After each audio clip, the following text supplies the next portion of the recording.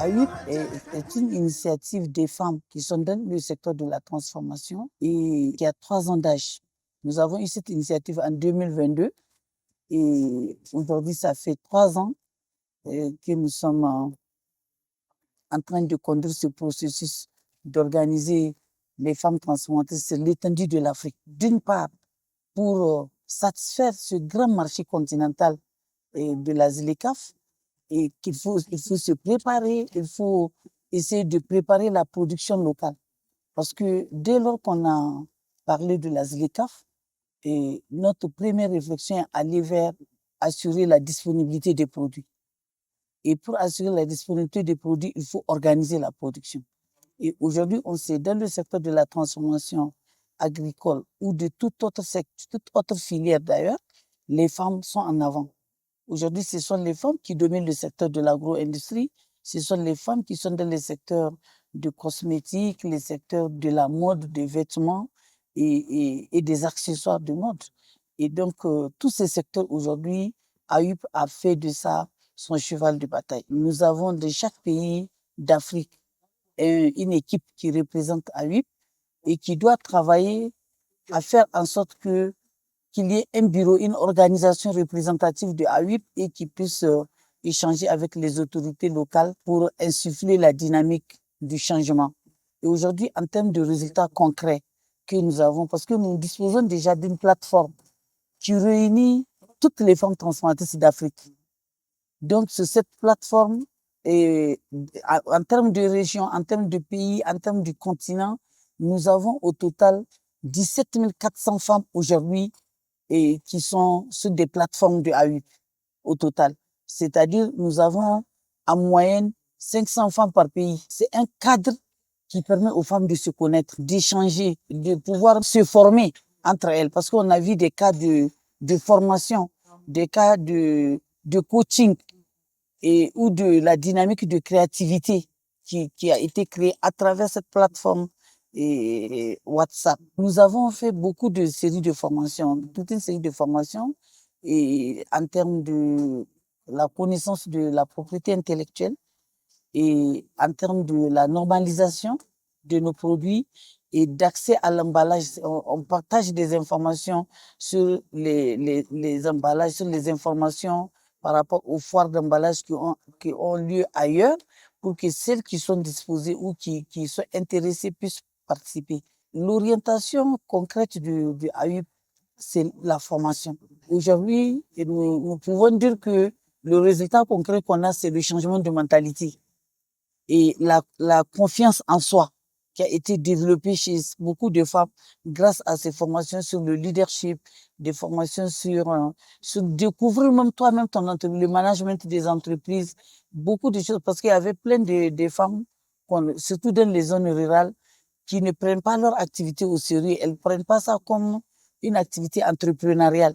Mais aujourd'hui, grâce à AYUP, elles se font confiance et elles essaient de travailler pour rester dans la mouvance de l'industrialisation de l'Afrique. En tout cas, au cours de cette semaine de l'industrialisation de l'Afrique et du 3e sommet du sommet des femmes africaines transformatrices, ce que nous retenons et que nous comptons mettre beaucoup en œuvre, c'est l'accès au financement.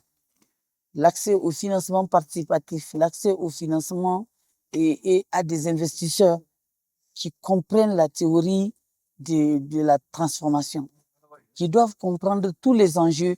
Les enjeux n'est pas simplement de faire le placement du crédit, mais c'est de se dire que nous devons créer des nouvelles industries pour l'Afrique.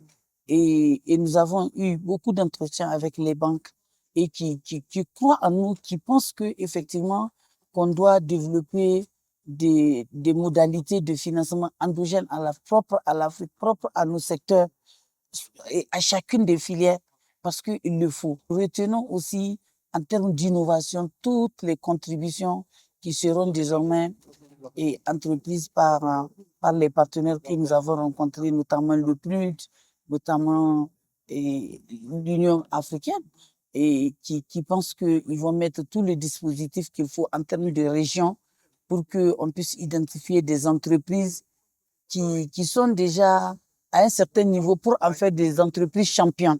Un des compartiments très importants, c'est la dynamique sur la normalisation des produits africains, la dynamique sur la connaissance de l'intelligence artificielle, quel usage concret on peut en faire, et la connaissance sur l'industrialisation verte, la catégorisation de nos entreprises dans ce format d'industrialisation verte, et quels sont les avantages de ce positionnement et comment nous allons tirer profit de toutes ces réflexions qui ont été faites au niveau africain pour que dans les pays, nous puissions implémenter ça et que ça serve à l'Afrique, ça serve à la femme. Premièrement, moi, ce que je suggérais dans le cadre de la mise en œuvre de la ZLECAf, c'est la mise à disposition des informations.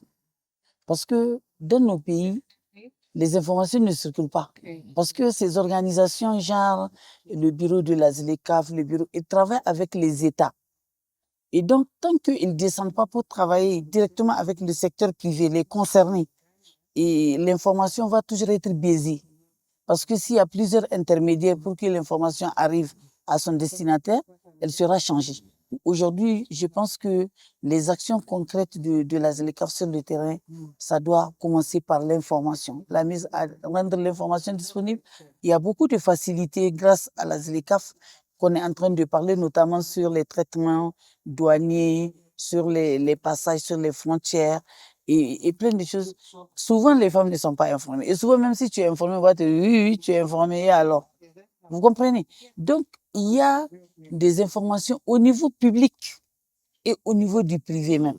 Maintenant, pour que l'information au niveau du privé soit fonctionnelle et rapide, il faut que ça soit à travers les privés, à travers des organisations comme les nôtres, à travers d'autres organisations similaires qui travaillent et qui vivent la réalité. Et mon autre idée par rapport à la mise en œuvre de la ZLECAf, c'est de faciliter les transactions, les participations aux foires, expositions, de créer même, s'il le faut, des foires, parce que c'est souvent les expositions, c'est de proximité qui donnent la possibilité aux femmes d'avoir des informations. Et par exemple, aujourd'hui, cette exposition que nous organisons, c'est quand même 46 pays et qui sont là. Ça veut dire, moi, je connais 46 personnes. Et donc, 46 produits, des produits de 46 pays. Voilà, donc, ça me donne au moins l'avantage d'être informé sur ce qui se passe en Ouganda.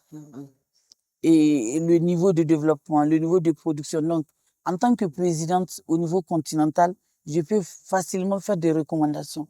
Maintenant, mieux, en tant qu'entrepreneur même, je peux dénicher mes vrais partenaires. Et donc, pour moi, je réitère que on ne peut pas faire économie de booster la création des événements pour que la ZLECAf soit connue ou soit à la disposition de tout le monde. Sinon, c'est un bon dispositif pour permettre la circulation des marchandises et des biens, et que nous qui sommes des techniciens, si on est outillés, on pourra descendre l'information au plus bas niveau pour que, quelle que soit ta position, quel que soit ton niveau de connaissance, que tu puisses profiter de cet outil qui peut aider les transactions commerciales intra-africaines.